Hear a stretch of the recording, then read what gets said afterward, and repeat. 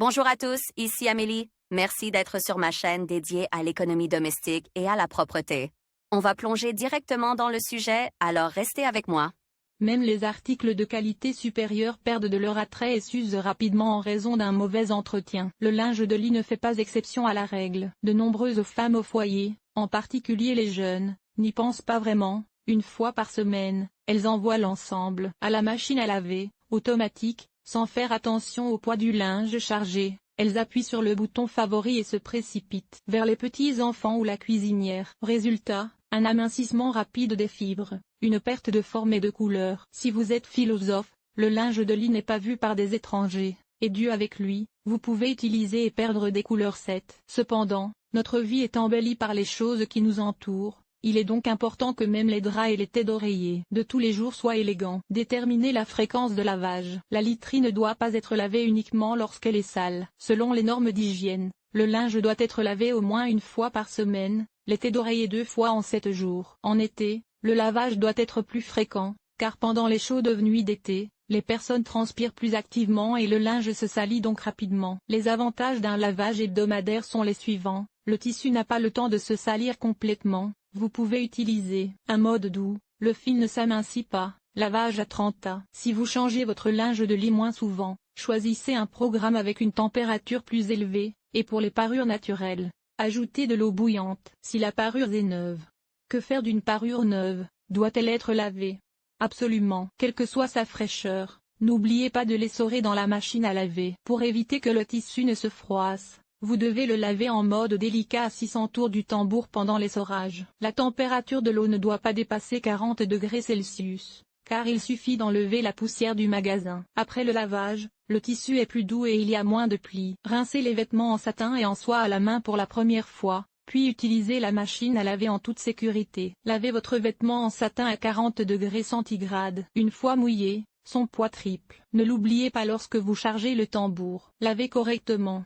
Votre choix dépend du degré de salissure ainsi que du type de tissu et de la couleur. Pour le linge très sale, prévoyez un pré-trempage. Pour une parure de couleur en coton, calicot, percale, popeline, la température idéale de l'eau est de 40 à 50 degrés Coulomb. Les parures blanches en coton, lin se sentent bien à une température de 60 degrés Coulomb, peuvent supporter, si nécessaire, l'ébullition. Le séchage en machine est minimal. Il sera plus facile à repasser. La soie est très sensible aux températures élevées et aux contraintes mécaniques. Elle ne doit être lavée qu'en mode délicat, sans essorage. Ajoutez un conditionneur antistatique dans le bac de rinçage. Le séchage dans la machine à laver ne doit pas être mis en marche. Détermination du poids.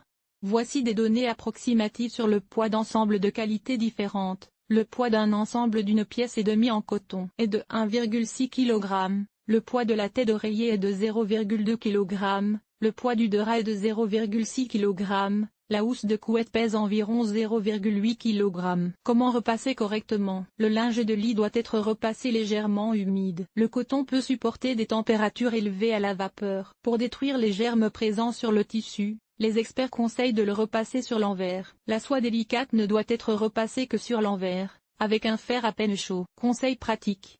Lorsque vous déballez le linge de lit, conservez la notice, où les instructions d'entretien sont codées sous forme de symboles. Mettez les informations en pratique. N'oubliez pas le poids de la parure, cela vous sera utile par la suite. Les broderies fines resteront éclatantes si vous placez le produit dans un sac en filet spécial avant de le laver. Repassez la broderie uniquement sur l'envers. N'ayez pas la flemme de mettre les articles colorés à l'envers. Cela réduira le frottement du motif sur le tambour. Et comment préserver la couleur du drap? Certaines ménagères entreprenantes le mettent dans la housse de couette. Secouez les petits débris qui se sont accumulés dans les coins de la tête d'oreiller ou de la housse de couette. Vous protégerez ainsi le filtre et la pompe de la machine automatique contre les obstructions. Non seulement la température de l'eau, mais aussi une lessive bien choisie préserve la saturation des couleurs et la solidité des fibres. Pour une literie blanche, achetez un détergent avec un azurant optique. Pour une literie colorée, il est préférable de laver avec une poudre marquée Color. Produit en soie, gel pour la laine et la soie. Ne vous inquiétez pas si le linge de lit neuf rétrécit légèrement après le lavage,